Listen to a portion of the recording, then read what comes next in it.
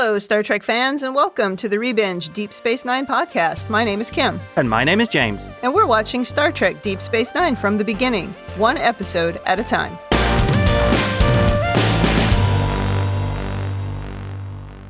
Welcome back to the podcast. Today we are on Season 4, Episode 1, Part 2. Just a reminder, we split this episode up into two parts rather than do a one single 3-hour podcast. Yeah, exactly. There's only so much editing we can do on a single episode before we lose interest, so... And our listeners pass out. Yeah, nobody wants to listen to a podcast, apparently, that's longer than an hour. That's based on our statistics, so we always try to keep it under an hour now. Yeah. All right, so let's move into part 2. And just a reminder, we ended with the Klingon ships all heading away from DS9 towards Cardassia.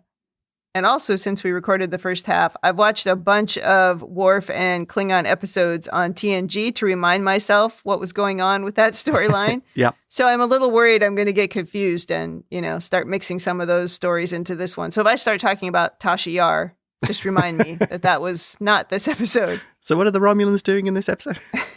Yeah, where'd the Romulans come in here? Oh, wait, they didn't?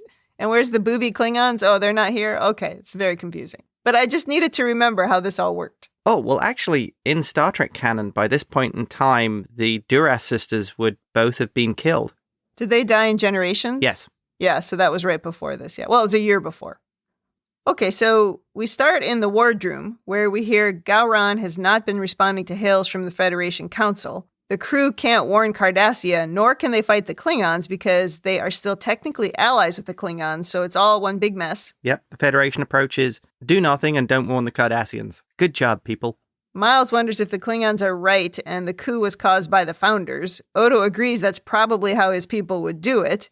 Though Kira says the dissident movement in Cardassia has been gaining strength for years. With the Order out of the way, maybe they finally succeeded.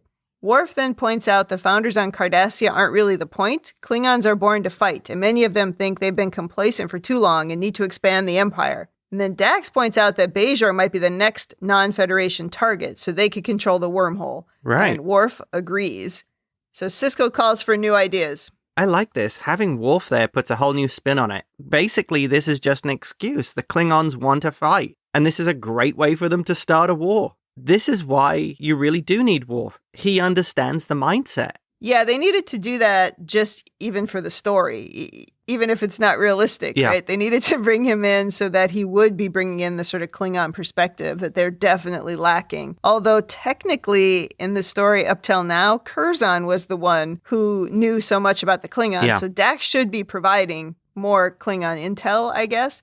And she is the one who said that, and then Worf was like, yep, she's right. But I suppose Dax, even with Curzon's memories, is still an outside observer. Yeah, for sure. You have understanding of the people, but Worf is the people, as it were. Yeah, and the episodes that I was watching on TNG, it was pointed out to him more than once that he didn't really think like a Klingon because he hadn't fought with the Klingons. He was raised by humans, and then he was in the Federation or in Starfleet. And so in those 2 episodes, it's like the end of Season 4 and the beginning of Season 5 on TNG. He does join the Klingon Empire, and he becomes part of Gowran's task force or fleet or whatever you call it.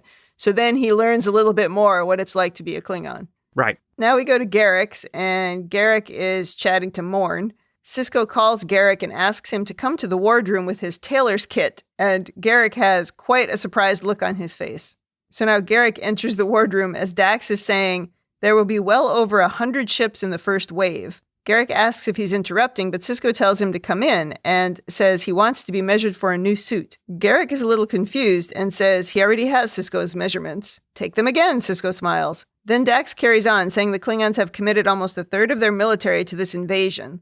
Worf says the Klingon task force should enter Cardassian space within the hour. This finally gets Garak's full attention. Yes. And he says, I think I have everything I need, and he leaves. This is another time we really see the realist Sisko. It's the to hell with orders, I'm on the front line, I'm going to deal with this my way. Yeah, agreed. Though I do think this is the kind of thing that the captains do frequently. Yeah. They step around the rules a little bit in order to accomplish something. So yeah, this is a very captain move. Yeah. And a very Sisko move. The guy's a realist. So this plan does work because Garak calls Dukat, surprisingly. I was really shocked that he would call him, but I guess he doesn't have any other friends that he can call in Cardassia right now. And I think Dukat took the call because he wanted to show off his new haircut.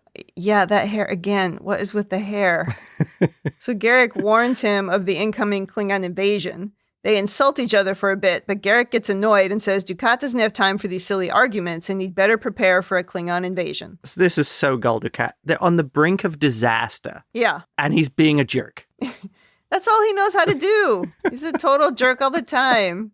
Back in Ops, we learned that the outermost Cardassian colonies were quickly overrun, but now the military has mobilized and is putting up resistance. Kara hopes that the Klingons will start reconsidering what they're doing now, but Worf is like, I don't think so. Now that the battle has begun, Martok and troops will not settle for anything but victory. Glorious victory. Sisko comes out of his office with bad news. The Federation Council condemned the attack, and in response, Gowran expelled Federation citizens from the Klingon Empire, recalled his ambassadors, and drastically withdrew from the Khitomer Accords. Well, that is the really big one. Yeah, the peace treaty between the Federation and the Klingon Empire has ended. You know, I think this is Kirk's moment to say, I told you so. He was right all along. Let them die. Exactly.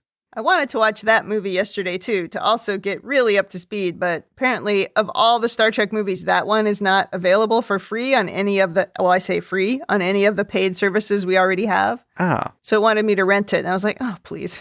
I'm sure it'll reappear somewhere. Well, just then, a Klingon ship decloaks outside the station, saying Chancellor Gowran is here to speak to Worf. I think this goes back to a point I think I made in the last podcast. Yeah. Which is the Klingons aren't strong enough to fight both the Federation and the Cardassians. They've now withdrawn from the peace treaty.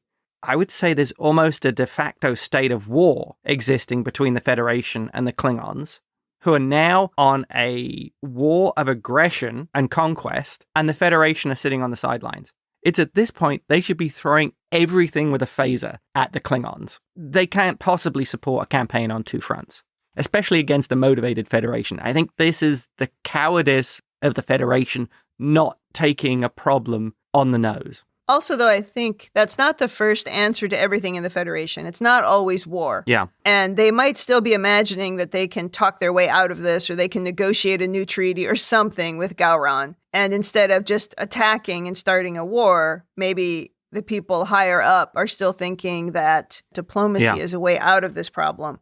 And also remember that they're out in the boonies and it takes forever for anything to happen. So we do find later that Miles had requested some help and that ships were coming and it was still going to take a while for them to get there. Yeah. So they're not exactly able to attack, at least out here, again, you know, at the Cardassian border.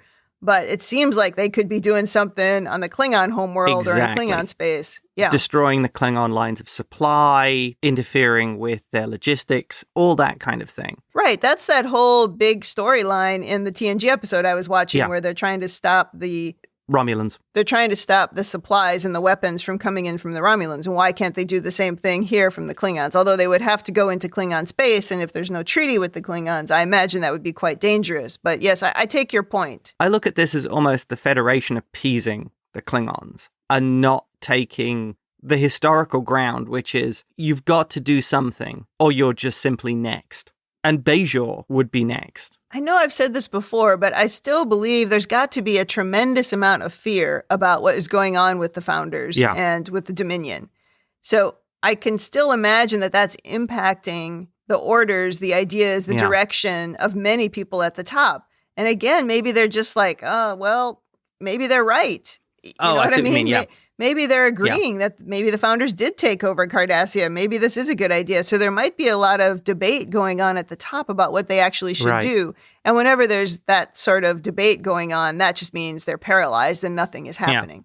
Well, that's true. I mean, Miles did favor the Klingons in that situation by saying, you know, what if they are right? So that could be a view held by more than one Federation member. And also, if the Founders have infiltrated more of Starfleet, I mean, the guy said they're everywhere. Right. So they could absolutely be impacting these decisions. So it's really easy to blame Starfleet for not reacting or the Federation for appeasing the Klingons, but they could very easily all be replaced by Founders. Yeah, there could be a Founder somewhere in the hierarchy going, no, I think we should wait this one out. This is the Founders' plan. This is how they're going to destabilize stuff, right? Is that they're trying to interfere in stuff like this so that there's not a consolidated effort to fight against them. So it's working. I like your idea, though, that maybe the fear is driving them, because you could see an aspect of this of the Federation holding their forces back because they're expecting the Dominion to attack. Right. Absolutely. We have to protect ourselves. Yeah. Okay. That's an interesting take. Aboard the Klingon ship, Gowran happily greets Worf. He looks at his Starfleet uniform and says he always knew that uniform would get him in trouble one day. Worf agrees, but Gowran isn't here about that. He still considers Worf a friend. He seems actually quite happy to see him, and he wants Worf to join the battle. Oh yeah, he's very jovial. Gowran is at his best in this. He is the embodiment of Klingon, in my view. He's very melodramatic. Yep. In very dramatic fashion, he says, "Come with me, Worf. Glory awaits you on Cardassia." Oh, is that not just a great closing line? And there's huge music into the ad break. It's pretty funny. Yeah. But when we come back from the break, Worf turns down Gowran and they argue loudly about it. Worf isn't willing to break the oath he swore when he joined Starfleet. Gowran reminds Worf what he's done for him, and Worf says he would give up his life for Gowran, but the invasion of Cardassia is wrong. Gowran is pretty annoyed and tells Worf that if he doesn't come along, he'll not be welcome in the Klingon Empire as long as Gowran lives. His family will be removed from the High Council, his land will be seized, and his house will be stripped of its titles. Gowran says he will have nothing, but Worf replies he'll still have his honor. Gowran's eyes are even wider than normal when he says, "So be it."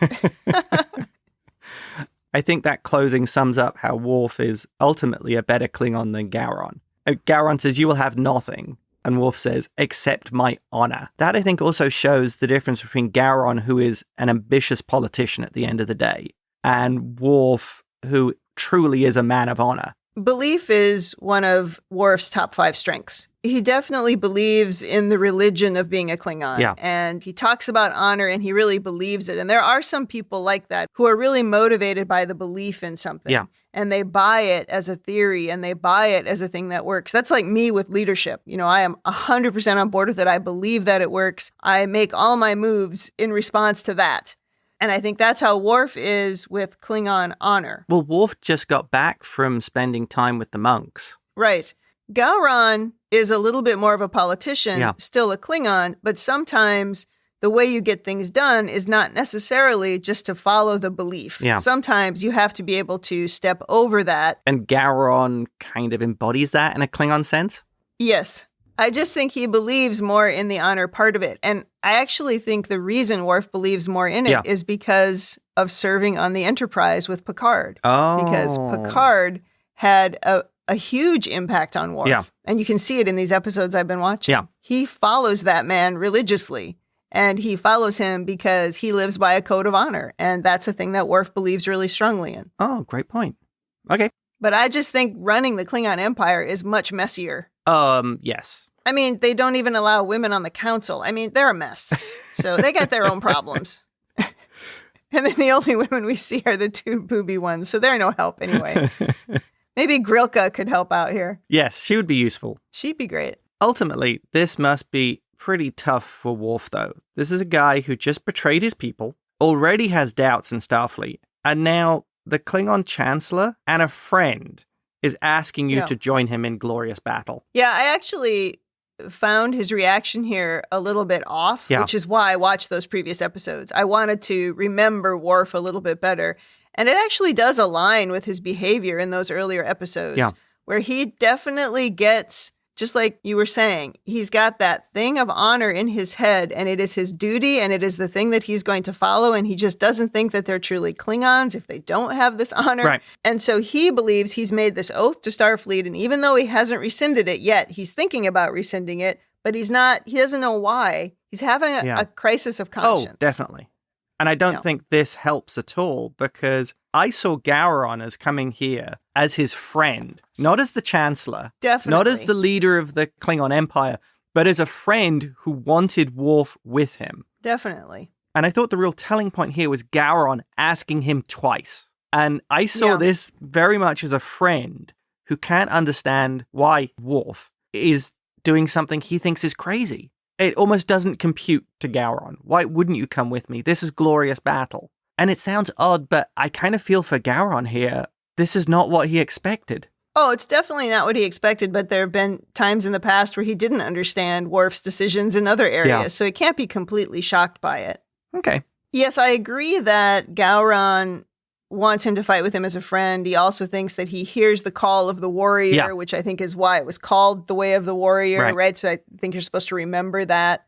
But one of the really big things in the Klingon episodes I was watching was that Worf was actually really good at strategic battle things that they needed to do on the bridge. When he was on Gowran's ship, he came up with some ideas that saved them a couple of times. Right. So I imagine, too, that Gowran is like, this guy is great. I need him on my ship. So, I think there's maybe something beyond friendship that he believes in Worf as a warrior, especially when it comes to doing battles from the ships. Okay, yeah, that's true. And my final point I'm going to bring up here is this is such a great Klingon scene. It's so over the top and dramatic. Yeah. If it had been... And it's dark. Yeah. If it had been humans, this whole scene would have looked really hammy. But you know what I mean? Oh, yeah. No, it's perfectly toned for Klingons. Oh, yeah. It's beautifully toned for the Klingons, yes. Yeah, agreed. I also get this impression that, don't you imagine all discussions between Klingons are somewhat like this? Yes. Where it's sweeping gestures and it's bold statements and they're all trying to make the most dramatic line. If somebody would go through every single scene between Klingons and tell me how many of those scenes did not include the word honor, I don't think it would be many. Oh, yeah. They're very dramatic. They're very, very dramatic creatures. This was great. And the actor who plays Gowran so embodies that over-the-top Klingon. He really does. And he's not a very big guy. Yeah. But he has a humongous personality in the way he plays it. Oh, yeah. I mean, he just takes over the screen. Yeah. Later, Worf is stewing by himself in Quarks when Miles joins him. They talk about the good old days when they saved Picard from the Borg. This is like a glorious battle that Worf remembers, but Miles is like, yeah, that sucked, but remember how the holodecks were always broken? It's such a funny conversation. Worf seems to be kind of stuck in the glory of what they did on the Enterprise, and now he's lost at sea without that ship. I think the difference here is Miles has moved on from that, and Worf is still on the Enterprise. Well, Miles' whole life and career wasn't wrapped up in that ship. Yeah. He also had a family, and he had other ideas for himself, and that's just not true of Worf. Worf had nothing else, except his kid that he ignored. But anyway, that's a different story. There is some redemption in that. I know. And I don't know what happens, but I know that Alexander comes up again later. Worf has decided to resign from Starfleet, but he doesn't know what he'll do now that he's not welcome in the Empire anymore. He's having some kind of midlife crisis. Clearly. He also feels like he's a liability to Sisko right now because of his break with the Klingons. And then Quark pokes his head in and says something about being glad all the Klingons left the station. Oops. Worf is alerted by this and he walks off. Way to clear the table, Quark. Yeah, Quark is not very good at reading the room. No.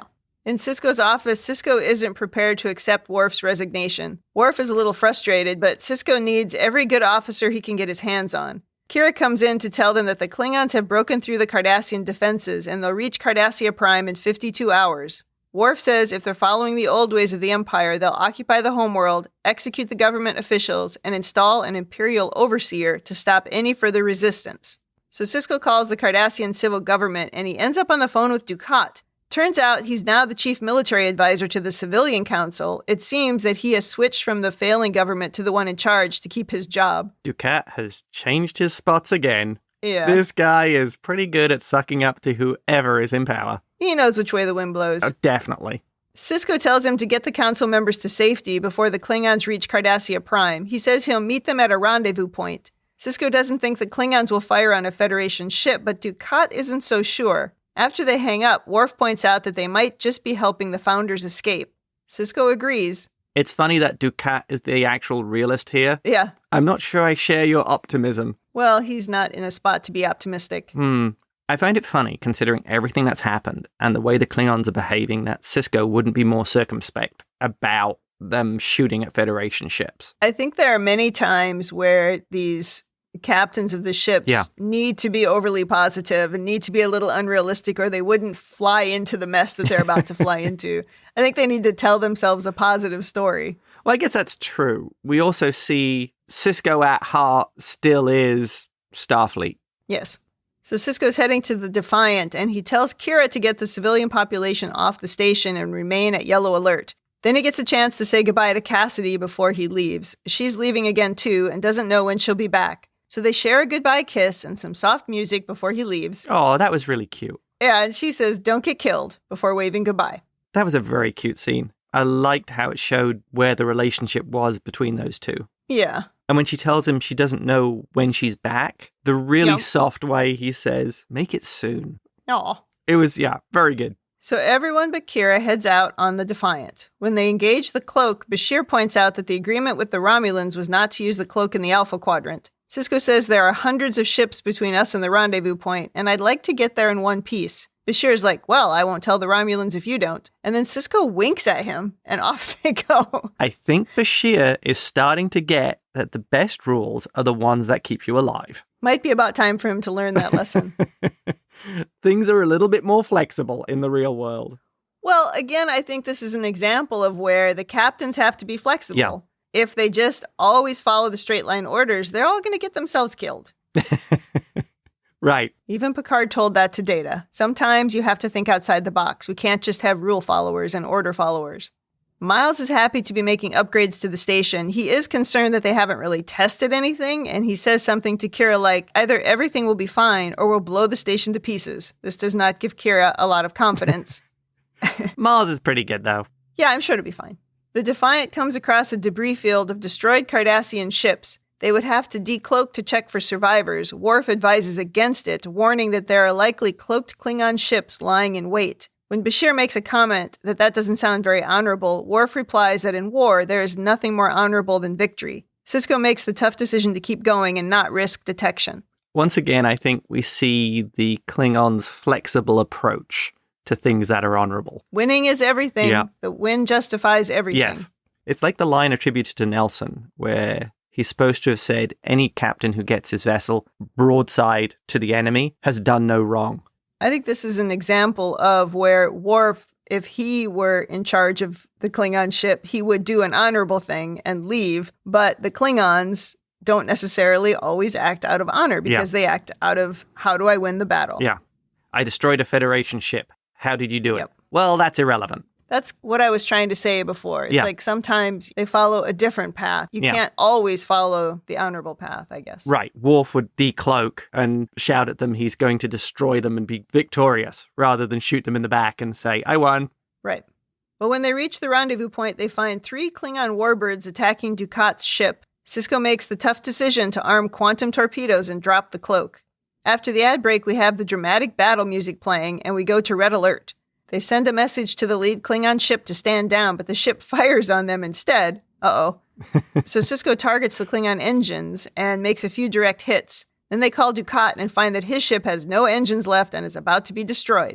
I liked here how Sisko is clearly making the decision of his career. What he can do could lead directly to a war. And the way he thinks about it, and there's the pause before he orders them to go in. Yes. He's also, again, reiterating that he's Starfleet, he's Federation. He calls the Klingons and tells them to stand down. He does, yeah. Even if tactically it's a bad move, he still does it. Well, part of him is still thinking maybe they won't shoot at me.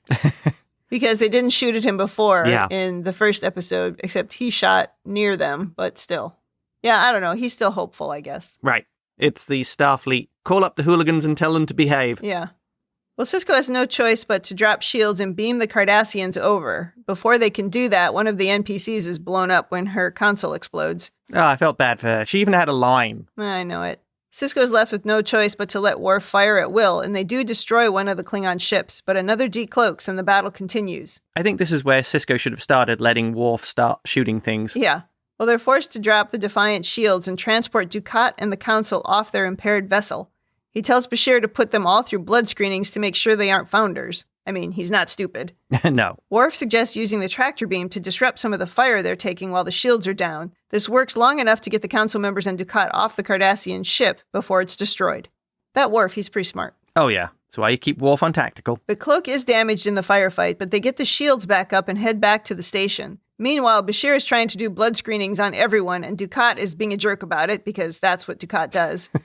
Eventually, he is deemed not a changeling and goes to the bridge, where he complains about being followed by a security guard. And then we learn that Dax and Sisko had a bet, where Sisko bet that Dukat would thank them before he started complaining, but that's not what happened. So Sisko owes Dax dinner. Yeah. I found that very relatable. Dukat is completely on character if he immediately complains before anything else. But that's the exact kind of conversation I know I have had either with people who work for me or people that I work for, where it's like, oh, well, the first thing this person's going to do is complain. And then we laugh about it, and then that's usually what happens. I like it. And I'm also pretty sure that Sisko deliberately, just to annoy Dukat, had Starfleet security follow him with a phaser. Oh, definitely. It's probably completely unnecessary, but it'd be like, yeah, this'll annoy Dukat, we'll do that. Then Dukat sees Worf on the bridge and asks if Sisko is aware that there's a Klingon. Oh, really? Where?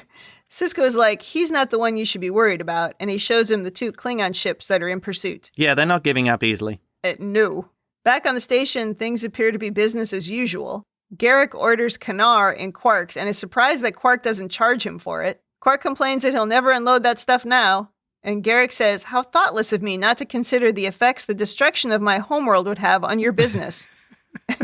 He sarcastically says, these must be trying times for you. Be brave. Quark laments not getting into weapons dealing instead of bar running. He says he's a people person and he likes interacting with customers. I like the way Garrick says here, I can see the attraction for you. Like, I can see why you would want to talk to people, but not why people would want to talk to you. Classic Garrick. Yeah. They bond a little over the Federation being their saviors, and Quark pours him some root beer from a pitcher and asks him to try it. This is not a good way to drink root beer, by the way. It would lose all its bubbles. Yeah. It would be totally flat. Yeah, exactly. Garrick poo-poos it, but eventually tries it. It's vile, he says. Quark says it's so bubbly and cloying and happy, just like the Federation. The annoying part is if you drink enough of it, you begin to like it. And Garrick says it's insidious. I read that this scene was added late in production because they needed a few more minutes of runtime. Yeah. And then later they considered cutting it when the episode was split into 2 parts for syndication. But Ronald D. Moore fought to keep it in because of the subtext and also the performances. I mean, it really is a good scene. I did like how the 2 of them were bemoaning that really their only salvation is the Federation. Yes, and they were concerned, would the Federation actually save them? The other thing I loved about this scene is it reminded me of when you first moved to America, you had the same thought about root beer, but eventually you learned to love it. It's the same concept. You've been assimilated by America. Well, I really like the craft root beer. Does that make you a hipster? I guess. So the Defiant calls Ops saying they'll be there in 5 minutes, and Sisko asks if the new systems are online. Miles is like, yep, but they're untested. Test in production. Kira raises shields and puts the station on red alert, and Quark is like, now what? He wonders how he's supposed to make an honest living in a place like this. I mean, first of all, honest living, sure. Relatively speaking. Yeah. In a Ferengi sense. As the Defiant approaches the station, Dukat makes some crack about 2 ships against the station not being much of a fight. But Dax is like, they have friends, and we see that there are a lot more than 2 ships. Oh yeah, there's a whole Klingon fleet waiting there. I counted 45 ships. Oh my goodness. Yeah. When they get to Ops, Kira says she's detecting several dozen Klingon ships. Miles has requested reinforcements from Starfleet Command, but they won't be here for a while. It's weird that he doesn't say how long. Miles never says, hours and minutes like Data would have said. He's always like, not long enough or whatever. He never gives the time. It's because he's such a good engineer. Well, how long is it going to take? A while. And then when they turn up early, then he's like, see? Yeah. Well, Sisko calls for battle stations, and the drama begins. Oh, that whole low camera angle of Sisko saying, battle stations. Oh, I knew you'd like that. Yeah, classic Star Trek. And then into the ad break. The DS9 crew man their battle stations, preparing for the Klingons to attack. Bashir tells Odo he doesn't need added security at the infirmary, but Odo says the blue uniform isn't going to protect him in this battle. Bashir warns Odo that killing a changeling would probably be worth a song or 2. If a Klingon does manage to kill him, Odo says he expects an entire opera to be written about it.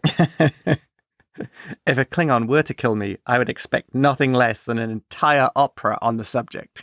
And then Bashir says something like, yeah, but I don't want to have to listen to it. I don't think anybody really wants to have to listen to Klingon opera. Gosh, no. Well, Odo then finds Quark locking up his bar. He intends to defend it himself with his disruptor pistol. But when he opens the pistol box, he finds a note from Rom saying he used parts from the pistol to fix the replicators. And Quark says, I'll kill him. And Odo sarcastically says, with what? A little bit of humor to lighten the mood. That was a cute scene. I laughed at that. Well, I like the background that Quark had been a cook on a Ferengi ship. And the reason why he had a phaser was every member of the crew thought they were a food critic. Oh, geez. Well, now we see everyone who is not an armed member of the crew hiding in shelters protected by force fields. Garak and Dukat end up outside the protected quarters for the council members, where they trade barbs as usual. Once again, they're in dire straits, and Dukat is more interested in being a jerk. Absolutely. Everyone is arming up in ops when General Martog and Chancellor Gowran call, demanding Sisko surrender the council members. They don't seem to care when Sisko says the council members were tested and they're not founders. Sisko is surprised that they're willing to risk an all-out war with the Federation. Gowran says if a war starts here, the blame will be yours. But Sisko doesn't think history will agree with that assessment. History, Gowran says, is written by the victors. He has a point. That's very true. They make some threats, and Sisko says, we've had a year to prepare the station for Dominion attack, and we're more than ready. Gowran thinks this is funny, calling him a toothless old cat trying to frighten with a roar. Sisko replies that the old cat isn't as toothless as he thinks. He has 5,000 torpedoes armed and ready to launch. When the Klingons scan the station and see that he does indeed have 5,000 torpedoes, Mortog says it's a trick created by Thoron fields and Duranium shadows, which was a trick that Kira and Miles used way back in Season 1, Episode 1 to try and fool the Cardassians. Right. Sisko assures them it's no illusion, but Gowran spits out some Klingon. Again, I never understand why the Universal Translator picks some things to translate and some not to translate. Oh, it has a sense of the dramatic. I guess. Well, anyway, they hang up and the battle begins. Worf translates that what Gowran said before they hung up is, today is a good day to die. Of course. Well, certainly for the underlings, anyway. Yeah, for the NPCs. Yeah. I think in this scene as well, you also get the sense that it isn't just about the Klingons wanting to find the changelings. It is as much about Klingon conquest and war and battle and them expanding the Empire as it is of them defending, in air quotes, the Alpha Quadrant. Yeah, they told themselves a story that they were defending the Alpha Quadrant, and for some reason they thought everybody else was going to go along with it, but that was never going to happen. Oh, yeah, you're right. It's their own fiction, and they are sticking with it, because it's very much in their best interests. If everybody was Klingon, they might have gone along with it, but everybody is not Klingon, and everybody does not think that way. Well, after the ad break, Klingon ships are firing at the station. We get a shot of the new armaments on the outside of the station as Sisko fires torpedoes and phasers and everything he's got. 8 ships are destroyed quickly and several more damaged. But Gowran still isn't interested in chatting. Eventually, the Klingons disable their shield generators and beam on board. And now we have a lot of hand-to-hand fights and phaser fire. We see a lot of NPCs go down on the promenade and in ops. But lots of Klingons, too. We also see that both Klingons and Bajorans and the Starfleet officers have no concept of ducking or hiding behind things. No, they jump out and then get shot and fly backwards. Yeah, it's endless. While Dukat and Garak battle Klingon after Klingon, Garak never stops talking as the Klingon bodies pile up. Oh, that scene is great because the way Garak has, like, bloodstains on his face. Yeah, the whole thing is crazy. Sisko and Kira are taking out Klingons in ops when Kira gets stabbed and goes down. Worf saves Miles from being killed and does some nasty knife work on a couple of Klingons. In the end, Sisko, Dax, and Worf are the only ones left standing as the station continues to rumble under attack. Warrior Kira is completely back. She is straight into fighting. Yes, and she's like, it's just a flesh wound. Yes. Sisko picks up Miles and tells him to get the shields back up. Sisko also calls Odo and learns that there are Klingons everywhere, but they seem to be relatively contained. So when they're arming up, did you notice one of the Bajoran security guys or whoever gives Kira a phaser? Yep. I'm going to assume that's Kira's second phaser. Because they took away the first one after she blew up the life support systems. Yeah. When they're having this battle scene in ops, I found it really emotional. I was crying during this whole thing. I don't know why. I'm not used to so much action and certainly not hand-to-hand combat in Star Trek. There's just not usually a lot of that. You know, it does take Klingons normally for there to be hand-to-hand combat, but I was really upset by this scene. I did not like it. Really? I thought it was a fantastic battle scene. I thought it was great seeing Dax using that Klingon training. The same thing as in Blood Oath. She is just wailing through them like it's nothing. I think the right people were left standing, and the way it worked out made a lot of sense. I just found it really upsetting. Oh, I felt bad for Kira because every time there's a battle or some major thing happens, Kira seems to be the one getting the broken hip, stabbed. Yeah, she's used to that. Yeah. It makes me wonder what Kira was like in the Resistance. Was she always the one getting shot or blown up? And you wouldn't think so because she's so tiny. You'd think she'd be tough to shoot. Yeah. Or stab because she's just so small. Also, small over-analysis point here that Kira is, as you say, quite a small person. So I wonder about the density of the Bajorans, whether it's higher gravity, in that somebody that size can hold their own against Klingons, who are huge. Yeah. It's very hard to believe if there's not something else at work because she is very small. Yeah. It would make more sense to me if she were just better with weapons. Yeah. If she was pulling out knives from her boot and whatever and stabbing him, that would make way more sense because she would have to be very scrappy being that small and surviving that long. Yeah. That's where I wonder about the relative strength of Bajorans. They might they might appear small or not very big people, but they're enormously strong. Yeah, maybe. Well, as more Klingons approach, the team learns that 6 Starfleet ships are near, giving Sisko a sigh of relief. Gowran tells Sisko to surrender, but he's like, I don't think so. My shields are fine. My reinforcements are closer than yours. Worf tells them to end the fighting, but Martok is like, we will never surrender. I like how when things aren't going their way, Gowran tries bluster and basically a fake to try and get them to surrender. Yeah, for sure. And finally, Sisko points out this is exactly what the Founders want. The more we fight each other, the weaker we'll get and the less chance we have against the Dominion. Worf says Kahless himself says destroying an empire to win a war is no victory. And then Gowran says, and ending a battle to save an empire is no defeat. Gowran says they will stand down. He doesn't intend to hand victory to the Dominion. Martok is not happy about this. But then Gowran says the Klingon Empire will not forget what happened here today, and with gigantic, dramatic eyes, he says, you have sided against us in battle, and this we do not forgive or forget.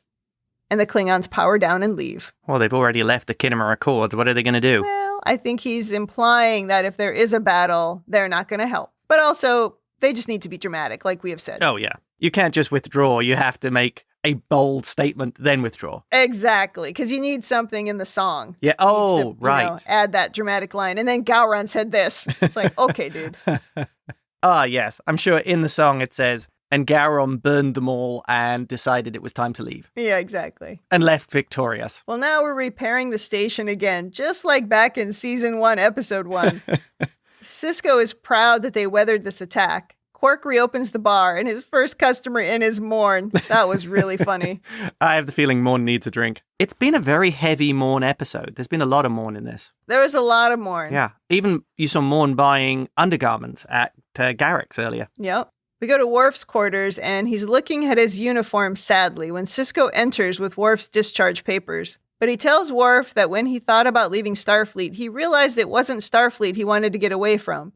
He was trying to escape the pain of his wife's death, and he thought he could toss the pain away with the uniform, but it doesn't really work that way. Running only helps for a little while, but then the pain catches up with you. The only way to get rid of it is to stand your ground and face it. The uniform reminds him of what he lost, but it also reminds him of what he gained. He says, I'm a Starfleet officer, and that's what I'll always be. Worf wonders if that's true for him, too. Sisko says Worf needs to figure that out for himself. I thought it was a very touching story of Sisko actually sharing that with Worf. Yeah, it was a pretty good scene and a thing that a leader needs to do, right? A leader needs to step into that situation and say, I understand you're feeling pain. This is difficult. I went through something similar. This is the thing that I did and it worked out for me, but you've got to decide for yourself. Yeah. I thought that was a really good leadership moment. Oh, right.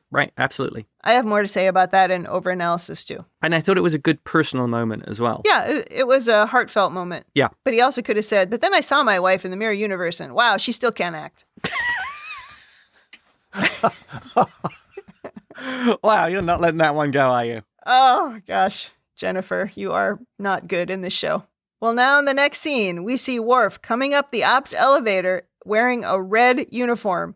Lieutenant Commander Worf is now the new Strategic Operations Officer on the station. Everyone congratulates him, and Miles tells him he looks good in red, and Worf says he has a lot to learn about command. And Worf asks, do you have a faster elevator?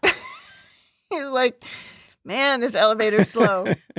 Well, they do that long shot of him slowly I coming up know. in the elevator. It's very dramatic. Yeah. Well, meanwhile, Sisko reports that Dukat and the rest of the Detapa Council returned to Cardassia Prime safely and have sent thanks. Although everyone knows Dukat will end up taking all of the credit. Yeah. Oh, sure. And Kira brings up, who would have thought she'd be saving the Cardassian government? Yeah, right. The news is not all good, however, as the Klingons are continuing to remain near the station. They've refused to abandon the Cardassian colonies that they seized, and they seem to be fortifying their positions. So Dax says it looks like the Klingons are here to stay. And Sisko replies with, maybe they are, but so are we. The end. Love it. Okay. That was crazy. That episode must have been really expensive. All those effects, Yeah. all those extras, they burned through a whole pile of NPCs. Yeah, and usually this is the kind of thing that they use at the end of a season, but we've started Right. the season big. So, yeah, it was quite an episode.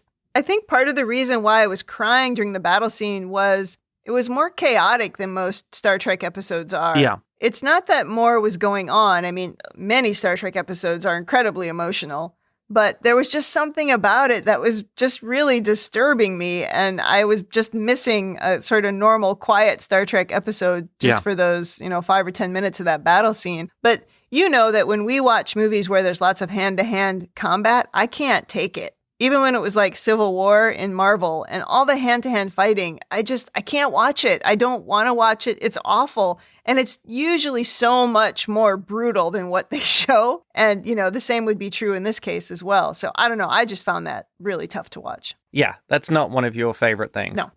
Okay, so let's do some overanalysis. I'm quite sure you have some. Okay, yes, I do have some overanalysis. I think the first point is it was a very good idea to bring Worf in tactically because he understands the Klingons better than that even Dax does. Because like I said, Dax is an outsider looking in. Yeah.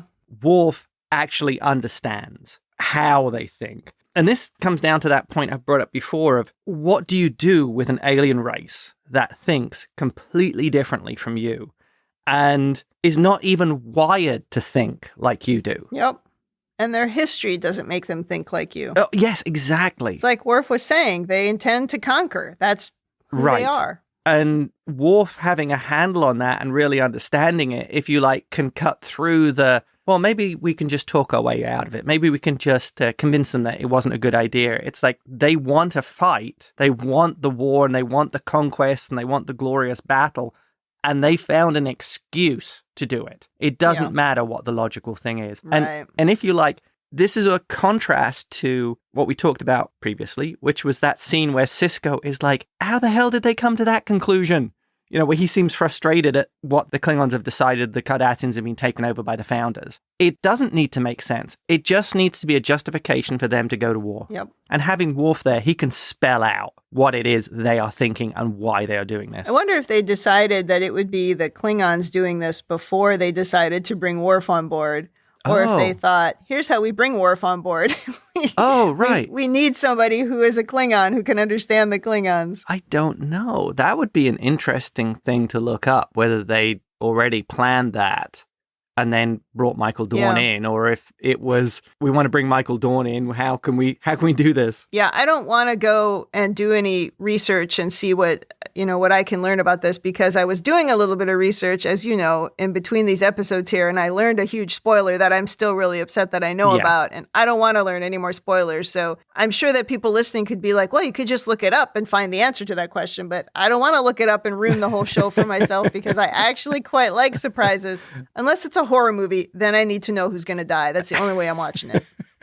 But in Star Trek, I don't want to spoil it. That is true, listeners. She really does look up the plot of the movie. I literally type into Google, who dies in The Quiet Place 2, for example, and then I will watch it. Okay. Yeah. I would think Garak would take the fall of the Order and the changes on Cardassia a lot more to heart. Yeah, because Worf is the believer in the Klingon honor. Yeah. Garak is the believer in the Cardassian way of life and the Cardassian bluster. Exactly. He's not going to shift sides as easily as Dukat. Exactly. Yeah. He believes that the people are the willing servants of the state, and things like the never-ending sacrifice, that's how people think. That's what other Cardassians want to do. And it turns out that Well, the actual opposite is true. This idealized view of Cardassia isn't real, and it's falling apart. Yeah. And the Cardassian people want a say in how things are run. So I would have thought he would have been much more impacted by this sort of harsh wake-up to the reality of how Cardassia really is. But a part of him also has to be, but maybe this is my way back, and I can help rebuild. That desire to return home is stronger than the idealism. It could be. Okay. But also, as we talked about back when Atiba was here, Garak has never had friends before. He's never had people around him who supported him and would protect him and help him. And he does now. He must be very confused about some of those things. But he still believes in the sort of purity of the Cardassian way. Yes. Yeah. And he could think that he could carry the flag back to Cardassia and bring that back. Yeah, it just needs the right figurehead or the right people to show the Cardassians how things can be better. This is a guy that needs to write a memoir. Wow, it would probably be really good. I mean, based on the new things that he's learned about new ways to behave, and mixing that in with the sort of, Cardassian supremacy stuff, that would be a very interesting book. I would read that. Maybe Una, what's her name? Una McCormick. Maybe she could write that. I'm going to send her a tweet and see if she can work on that, because she wrote the autobiography of Catherine Janeway, and I think she released another one or is releasing another one, like the autobiography of Kirk or something. Yeah. What else? Okay, so now the Khitomer Accords have ended, and I guess do we go back to the Cold War of the Kirk era between the Klingon Empire and the Federation? That sort of low-level hostility? We got to be trying to get that treaty back in place. Yeah. If we're not, I still think there's a bunch of founders in the Federation. That's a good point. If we're just letting this go and we're trying to continue to thin out all of our forces, that sounds to me like somebody is purposely trying to make us weak. Start doing better testing. But that would just maybe really enforce the Klingons, as they'd be like, see, I told you there's founders now in the Federation too. There's founders everywhere. Well, that's why I think there are. Yes. Next thing. So, Worf in tactical, you should let Worf do the targeting from the start. Yeah, he's very good at that. Yeah. He understands you don't mess around with the Klingons. You go for the kill shot first time. Yeah.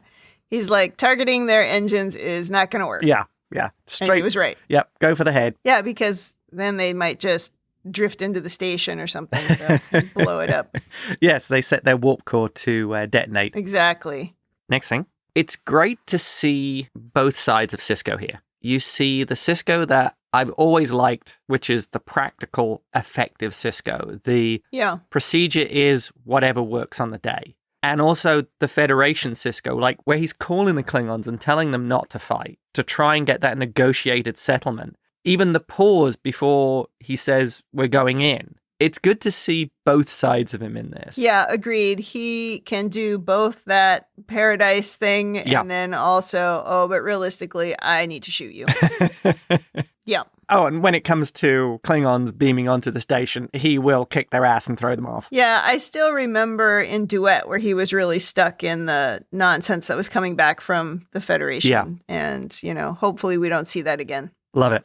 And my final point here. Okay. So ultimately, the Cardassian withdrawal from Bajor was a mistake. In 4 years, the Empire has basically collapsed and is being overrun by the Klingons. Well, the same thing might have happened if they were still on the station and still on Bajor. Nope. In fact, they might have been stretched even thinner. Nope. I am with Dukat on this. The withdrawal from Bajor was a bad idea. They needed those strategic resources to maintain the Empire. It's the civilian government that failed to understand the bigger military picture. It might have been easier for the Klingons to form an alliance with Cardassia if they were still on Bajor and if they were actually, the ones who were sort of owning or protecting the wormhole. Yeah. They might have been able to convince them more about the Founders and the dangers of the Founders. Yeah, that could have been interesting. They still would have had a challenge with the Federation, but there would have been no presence of the Federation on the station. Yeah. Although, seriously, it does, I think, reiterate that Cardassian society was very fragile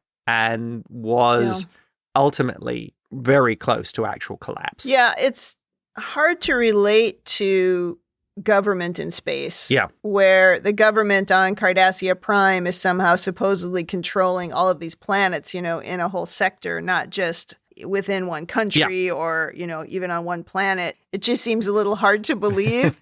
And so I would think that overthrowing it, does it really start with Cardassia Prime or does it start with the outer planets? It's just hard to relate to how that would work. Yeah. I would think from a colonial perspective, it would start with the outer planets and then move inwards. But it could be a collapse from the center out. Yeah. Right. It's hard because it's never happened. It's hard to right. know. And that wraps it up for me. All right. Well, I do just want to talk about, I think one thing is Yes. I was on this journey of my own trying to figure out if the way that Worf was behaving was really the way that Worf would behave. And it seems like he was pretty much on brand, you know, with the way that Worf behaved in TNG, at least in the episodes I watched where he was sort of the main character. Do you think you needed to have an understanding of Worf from TNG to really appreciate Worf in this episode? I think so. Yeah. I think by this point, I had watched all the Worf episodes because I know by this point you'd played for me all what you thought were the best TNG episodes, and that included all the Worf ones. So I had a pretty good background in the character. I wonder if you were a DS9 fan who hadn't really watched TNG, Worf would have seemed like this oddball character that was sort of dumped in the show. Yeah, definitely harder to understand his motivations if you don't know his history. Yeah. And they don't give you his history at all, at least not here. No. You have to go look it up yourself. So I think definitely harder to understand. Oh, yeah. I remember watching the Worf episodes where he's becoming part of the Empire, and they were all great. Yeah, really good. One of the things that really struck me in my rewatch was the tight bond between Picard and Worf. How different they are, but how well they seem to relate to each other and how much respect there is between them. That was really striking. And so I had some concerns here about, would Worf really be prepared to respond to Sisko in that same way, someone that he doesn't have that history with? But it is possible that as part of Starfleet and a believer in Starfleet, because remember, Worf is a believer, that he is respecting the uniform. And it maybe took him a little bit to warm up to the person in the uniform, but I think he's just got a general respect for it and for that chain of command. And like, at the beginning when Sisko gave him an out, he was like, no, this is my duty, right? This is the thing that I'm going to do. Yeah. And then when they were having that sort of emotional conversation at the end, I think it must be very difficult for someone when you lose something like when Sisko lost his wife, or you have such an emotional blow as that. For Worf, it was he essentially lost his whole world, the world that he believed in and the world that he understood. Yeah. It's really easy to want to give up everything around you and just change things. I don't like the characterization as running away. And I know that's something that very frequently in fiction people will say. Yeah. You can't run away. Somebody died. You can't just run away, right? It's an easy trope. It's an easy trope. But realistically, what happens is you lose your passion for everything, right? All the current things your passion is gone for. And you need an opportunity to find new passions. And really, that is generally just time. I think it would be very hard, if not impossible, to regain that same passion by staying in a place. Yeah. Do you know what I'm saying? Oh, completely. I think you might be able to get the passion back more quickly if you do actually change your surroundings. Yeah. But then again, what tends to help is if you're surrounded by people who are supportive. And in this particular case, these people that he's surrounded by, they're not necessarily going to remind him of the good old days. They've really only got Miles on there who can do that. Yeah. And I felt like they kind of made that point with the scene between the two of them where Worf was being really serious, but Miles wasn't. Yeah. And I think that was important. So he's not necessarily going to coddle those old feelings either. So he is in a brand new place, but he still has a thing that he can believe in, which is the red uniform and the Captain Pips. He still believes in that. I think Sisko stood up as a leader in that moment. And I actually think that's the thing that clicked for Worf. Yeah. And that's the thing that he's going to cling to and now try to grow from. Interesting. Because I think as well, Miles has moved on. Like you said, Miles has a different world. Miles has different motivations and can move to this different world. Absolutely. And now Worf can do the same. Yeah. He's got different motivations now here. Completely different from what was motivating him on the Enterprise. So even though he remains in Starfleet, his motivations are now different. This, to me, was helping me to buy that maybe he really is ready for that red uniform and for the command track. Yeah. Because he's got an opportunity here to extend beyond what he could have ever extended to on the Enterprise with Picard there, with standing behind Picard. I think there's a deliberate comfort zone here. The Enterprise was his comfort zone and his comfort blanket and the world he understood. Yes. And loved. Yes. And now it's forcing him into something new. But if he didn't believe Sisko to be a man of honor, he wouldn't have done it. Yeah. I think he thinks the red uniform with the Captain Pips is a position of honor, but he doesn't mean that you have it automatically. And I think they showed Sisko in these close conversations with him or the personal conversations with him to let Worf know, look, here's another person you can rely on. This is a person of honor. You can look up to him. Interesting. Yeah, I would agree with all of that. The interaction between Sisko and Worf is really interesting to watch in here because he's enormously respectful to Worf as an experienced officer. And at the same time, I liked how Sisko was prepared to share a personal, emotional story with Worf to prove his point or to make his point of, I don't want you to make a mistake he almost made, but it's your life. Yep, absolutely.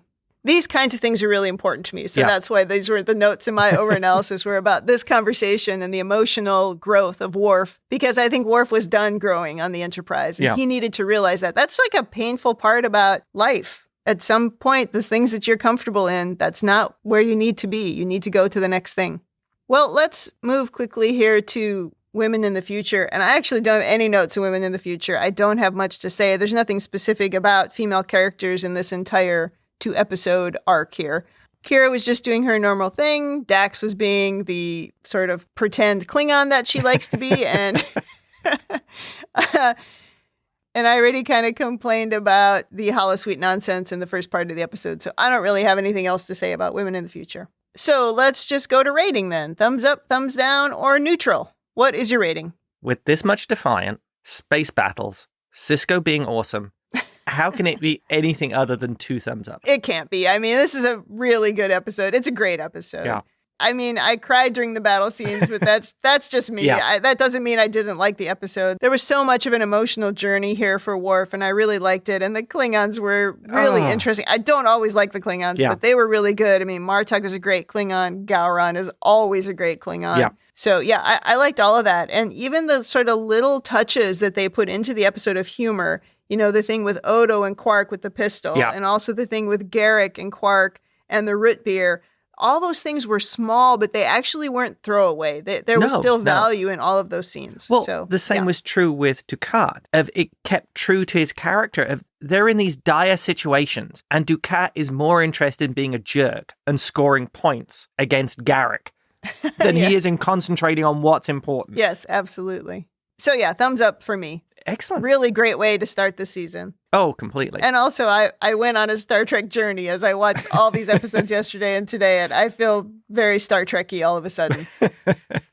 That's awesome. Although now I'm a little worried as we move into episode 2 of the season, which is The Visitor. And I do know what that episode is about. I've not watched it, but I know what it's about. And I'm a little worried that the crying will continue from this episode to that episode. I will not give my opinion on that episode until we start the next podcast. All right. Okay, I think that wraps up season 4, episode 1. Come back next week for episode 2. In the meantime, if you'd like to send us your own overanalysis of this oversized episode, or if you just want to say something nice, you can email us at rebingeit@gmail.com, or on talkthroughmedia.com, you can leave feedback for all the individual episodes. And you can also listen to other podcasts on the Talk Through Media network, including the podcast that's going on right now, the Star Trek Lower Decks podcast. Thanks for joining us on the Rebinge Deep Space Nine podcast. That's it for me. And that's it from me.